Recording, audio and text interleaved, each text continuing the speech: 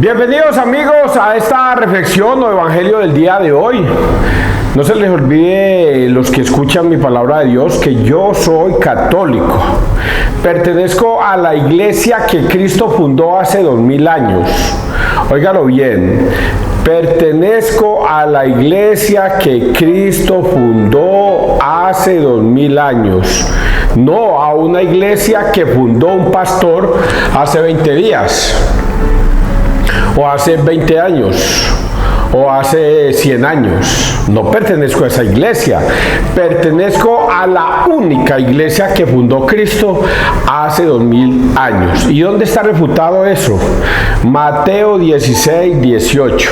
Ahí encontramos donde Jesús le entrega a Pedro la iglesia. Y para los que no lo logran entender y al leer este texto, algunos lo confunden porque dicen, y sobre esta roca edificaré mi iglesia, y entonces algunos pastores mentirosos les hacen creer a sus feligreses que él se señalaba a sí mismo. Él se señalaba a sí mismo diciendo, y sobre esta roca, o sea que Cristo es la roca y Pedro no es roca.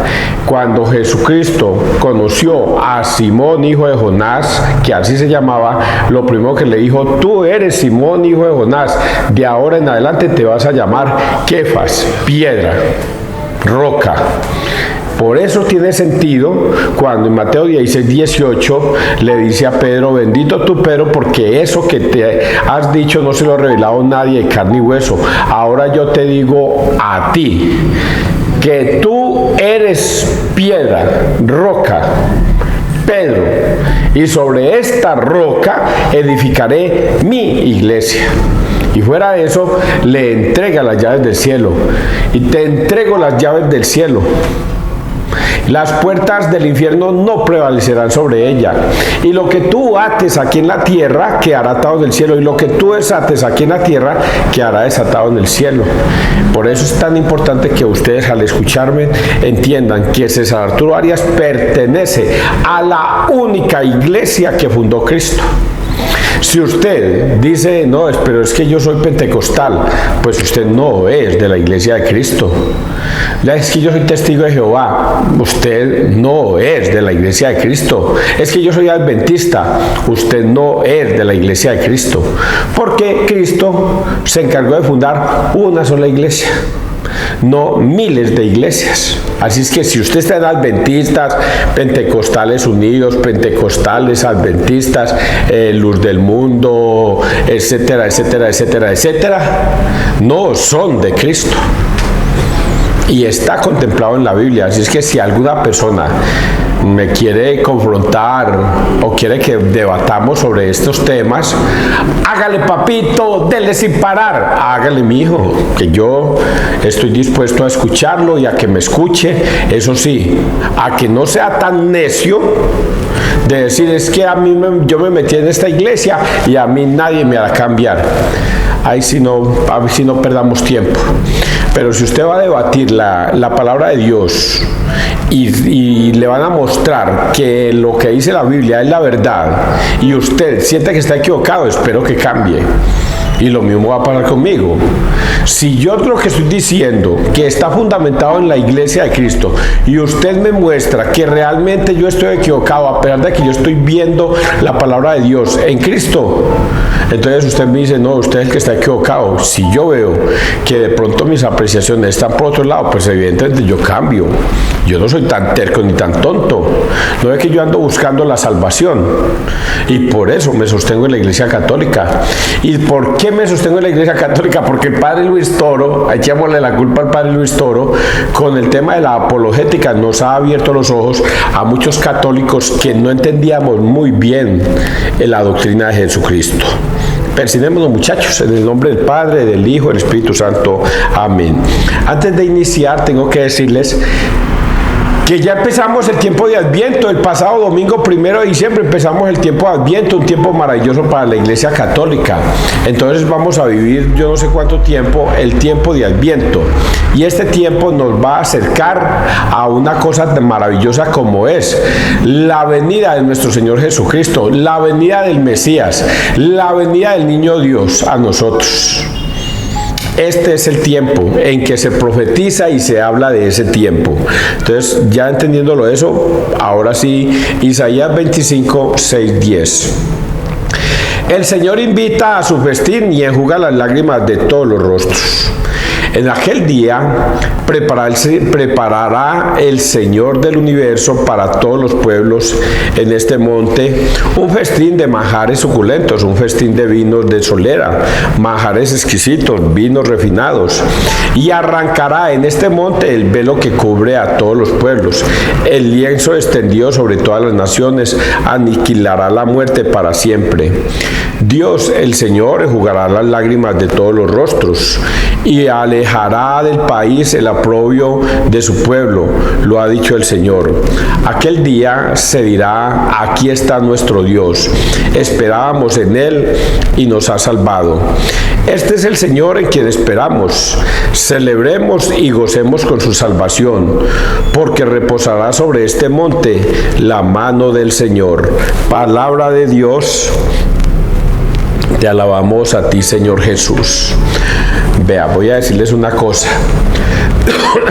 Cuando yo leo este texto, inmediatamente mi mente se traslada a los tiempos de Isaías, 700 años antes de venir Jesucristo, cuando Isaías comenzó a profetizar la venida del Señor Jesucristo y qué iba a ocurrir. Y cuando uno lee este texto tan bonito, que habrá festines, que habrá gloria, que ya nadie se matará entre ellos, que ayer leíamos que el lobo pasteará con el burro y que un niño podrá meter la mano en la cueva de una serpiente y no le pasará nada, y una cantidad de cosas impresionantes.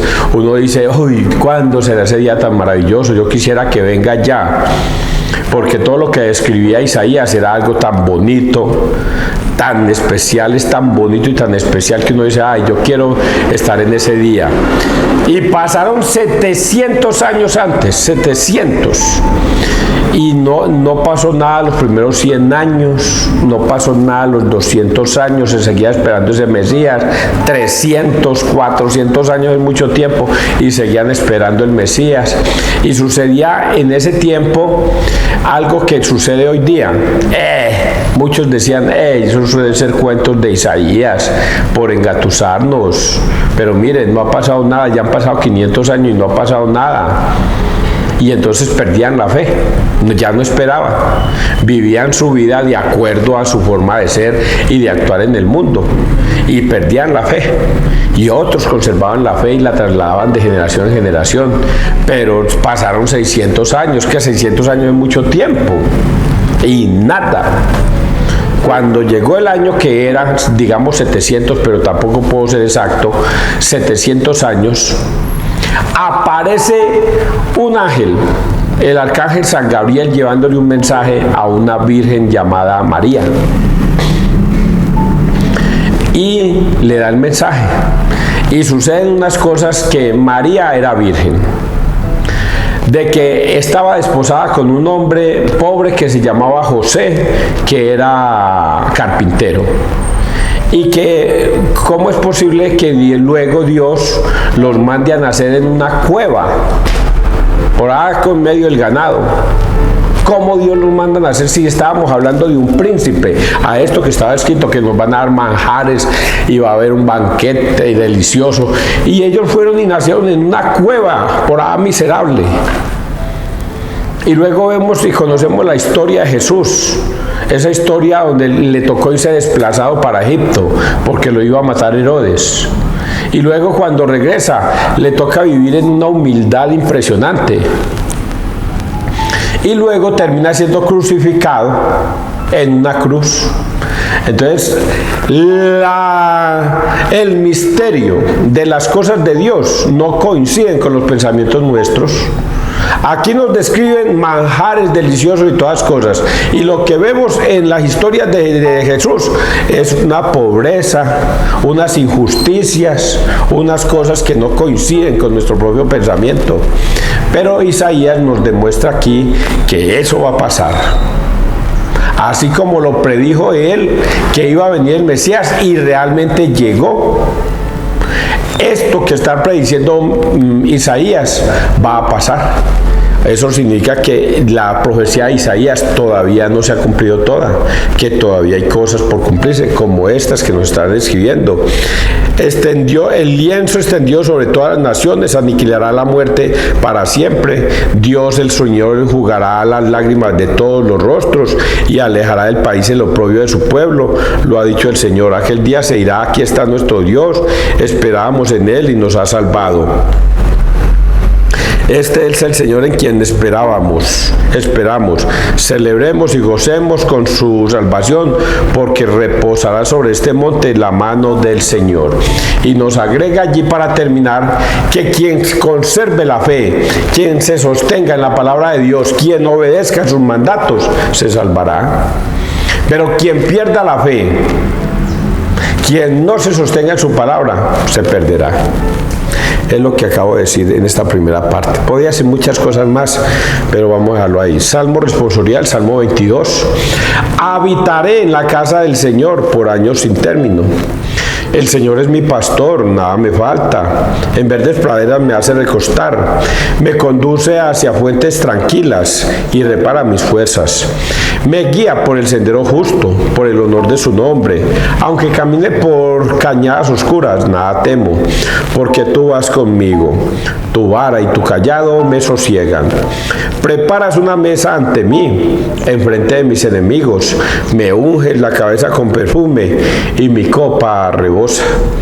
Tu bondad y tu misericordia me acompañan todos los días de mi vida, y habitaré en la casa del Señor por años sin término. Palabra de Dios. Habitaré en la casa del Señor por años sin término. Este salmo solo se aplica a los que guardan la fe, la conservan y están listos para vivir en la eternidad. Para ellos es este salmo. Vamos a leer el Santo Evangelio, Mateo 15, 29, 37. Jesús cura a muchos y multiplica los panes. En aquel tiempo Jesús se dirigió al mar de Galilea, subió al monte y se sentó en él. Acudió a él mucha gente llevando tullidos, ciegos, lisiados, sordomudos y muchos otros. Los ponían a sus pies y él los curaba. La gente se admiraba al ver hablar a los mudos, sanos a los lisiados, andar a los tullidos y con vista a los ciegos, y daban gloria al Dios de Israel.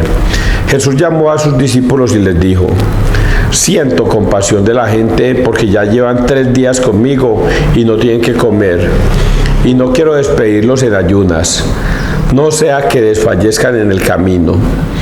Los discípulos le dijeron: ¿de dónde vamos a sacar en un despoblado panes suficientes para saciar a tanta gente?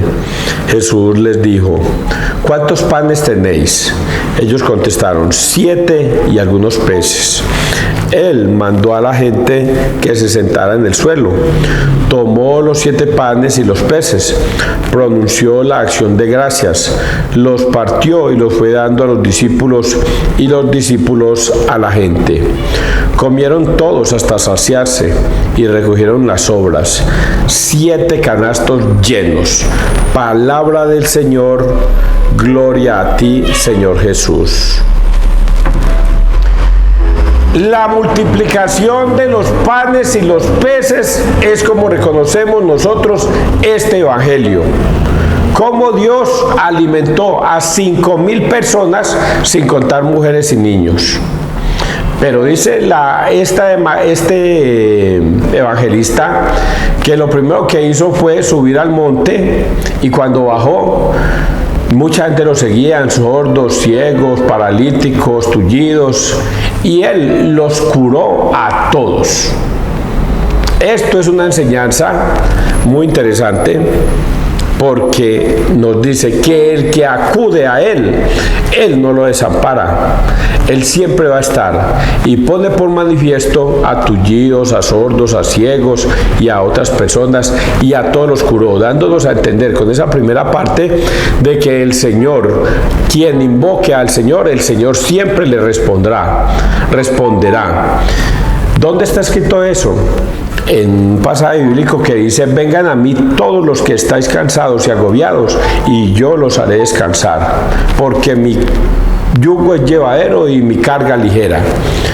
Entonces Dios siempre va a decir: quien acuda a mí, yo lo ayudaré, porque cree en mí, confía en mí, y yo siempre lo ayudaré. Esa es la primera parte que nos dice acá. Y luego viene una segunda parte, que es una enseñanza que nos va a quedar para el mundo entero. Voy a decirles, esto es pura pedagogía, esto es pura pedagogía. El Señor nos está preparando el camino para la Eucaristía, nos está preparando el camino. Por eso, dice que hay un pueblo inmenso que tiene hambre. Ya llevan 3 días con ellos y no tienen que comer, y el Señor les va a proporcionar un alimento para que coman todos, y a todos les alcance y hasta les sobre. Y por ello utiliza a sus discípulos para decirle qué tenemos de darles de comer, y ellos dicen: apenas tenemos como 7 cositas, entre ellos unos peces. Y el Señor, en otro evangelista, los manda a sentar de 50, creo que había 50 en el suelo, en el césped. Y a todos les da de comer multiplicando los panes y los peces. Esa multiplicación de los panes y los peces para los protestantes no significa mayor cosa. Para nosotros los católicos significa que Jesucristo va a multiplicar el alimento que debemos comer todos los días. ¿Y cuál es ese alimento? No son los panes, no son los peces, no es las obras que quedaron de eso, no. Él nos está dando una pedagogía porque Él mismo se va a convertir en cuerpo y en sangre. En Lucas 19:22 vamos a encontrar ese momento.